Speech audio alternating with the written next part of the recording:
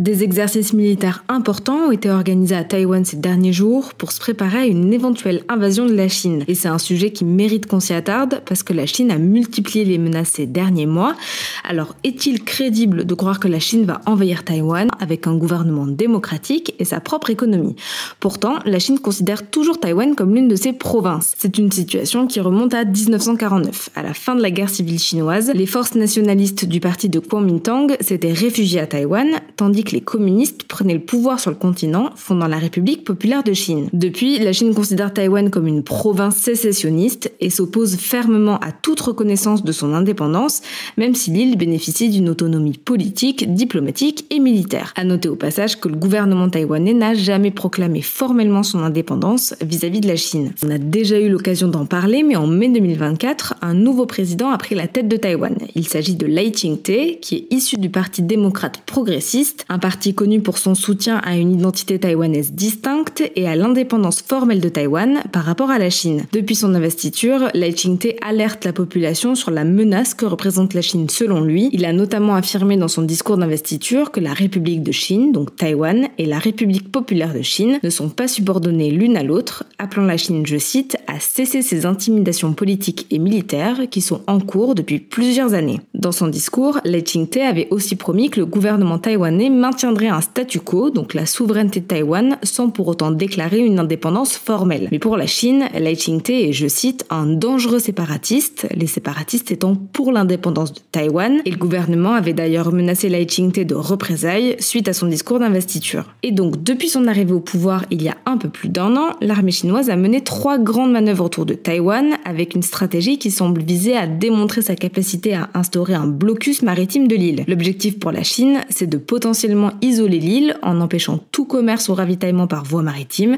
ce qui aurait des conséquences désastreuses pour Taïwan. Ces dernières années, la Chine a largement accentué ses pressions sur Taïwan en déployant par exemple régulièrement des avions militaires et des navires de guerre autour de Taïwan, et il y a d'ailleurs des incursions chinoises quasiment tous les jours autour de l'île. On parle ici par exemple d'avions militaires chinois ou de navires de guerre qui pénètrent dans des zones proches de Taïwan. En 2023, le directeur de la CIA à l'époque, l'une des principales agences de renseignement des États-Unis, avait estimé que le président chinois Xi Jinping prévoyait une invasion de Taïwan d'ici 2027. Il s'agit évidemment que de projections, mais il reste très difficile d'en évaluer la crédibilité avec précision. Alors face à ces menaces, comment Taïwan se prépare? Eh bien comme chaque année depuis 1984, des exercices militaires ont été organisés du 9 au 18 juillet. Mais cette fois, ils ont été renforcés. Ils ont duré 10 jours contre 5 l'an dernier et ont mobilisé 22 000 réservistes, ce qui est un record. Des exercices civils ont aussi été menés dans plusieurs villes et à Taipei, la capitale de Taïwan, des sirènes ont retenti, la circulation a été interrompue pendant 30 minutes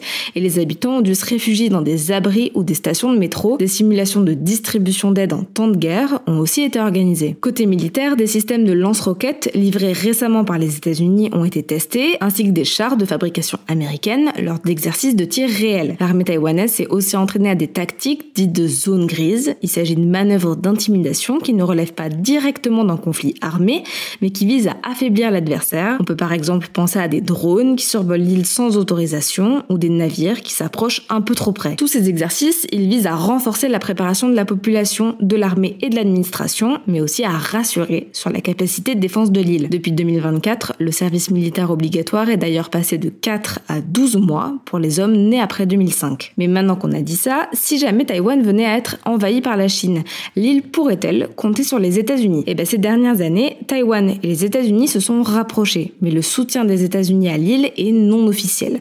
En fait, le pays n'a pas de relation diplomatique formelle avec Taïwan depuis 1979, mais ils entretiennent quand même des liens économiques, culturels et militaires assez importants. Concrètement, la politique américaine envers Taïwan est régie par la loi sur les relations avec Taïwan, qui autorise par exemple la vente d'armes à Taïwan pour sa défense.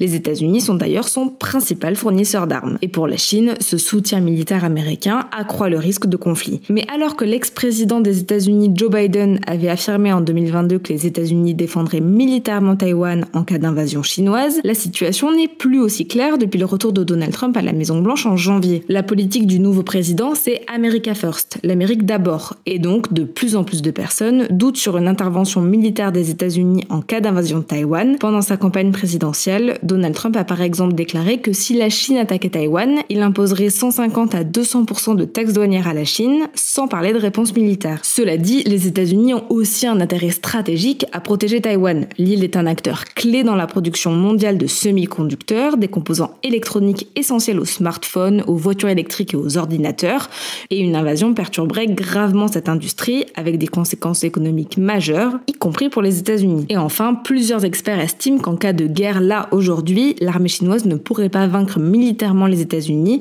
si ces derniers choisissaient d'intervenir. Voilà donc pour ce sujet et on passe aux autres infos à retenir aujourd'hui et on commence avec cette actu. Donald Trump a porté plainte ce vendredi pour diffamation contre le quotidien américain Wall Street Journal et son propriétaire, le magnat britannique de la presse, Rupert Murdoch. En fait, jeudi, le Wall Street Journal a révélé l'existence d'une lettre à connotation sexuelle rédigée en 2003 par Donald Trump et destinée à Jeffrey Epstein, le milliardaire américain suicidé en prison avant d'avoir pu être jugé pour trafic sexuel de mineurs. Sur la lettre, il y a une silhouette de femme qui a été dessinée au marqueur avec la signature de Trump située sous la taille de cette silhouette, suggérant pubis. Selon le quotidien américain, la lettre se terminerait par, je cite, « Joyeux anniversaire et que chaque jour soit un autre merveilleux secret ». Si vous voulez en savoir davantage sur cette lettre et plus largement sur l'affaire Epstein, on vous en parlait justement une ce vendredi. Et donc pour revenir à la plainte, elle déclare que cette lettre n'existe pas et que cette histoire a été inventée. De son côté, le journal a répondu en déclarant avoir toute confiance dans la rigueur et l'exactitude de leurs informations. Donald Trump a qualifié cette plainte de centrale sur son réseau Truth Social et demande des dommages et intérêts d'un montant qui, je cite,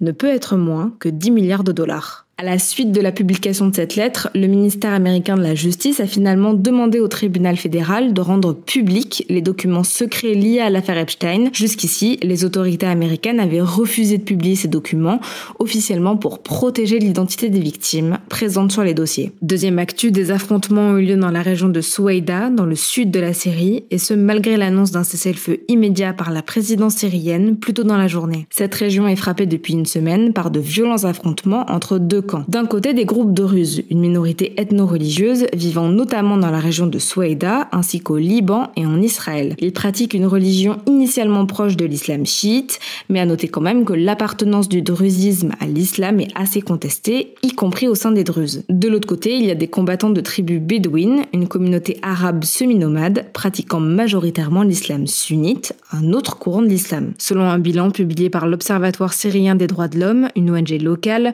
les combats dans la région ont fait 940 morts depuis dimanche dernier. Parmi eux, plus d'une centaine de civils auraient été tués par les forces gouvernementales selon l'ONG, l'armée syrienne ayant été déployée dans la région avant de se retirer ce mercredi. Et un cessez-le-feu a également été annoncé vendredi soir entre la Syrie et Israël, sous l'égide des États-Unis. 2 jours avant, l'armée israélienne avait frappé le quartier général de l'armée syrienne à Damas, la capitale, affirmant répondre aux violences contre la communauté druze avec ses frappes. Et enfin, la ville de Nîmes, dans le département du Gard, a instauré un couvre-feu provisoire pour les moins de 16 ans non accompagnés de 21h à 6h dans les quartiers les plus sensibles de la ville. Ce couvre-feu commencera lundi soir pour une durée de 15 jours et il sera renouvelable si nécessaire selon la mairie. La raison, c'est une succession d'actes criminels liés au narcotrafic dans la ville. Plusieurs fusillades ont éclaté ces derniers jours, notamment dans les quartiers Pisevin et du Mas de Mingue.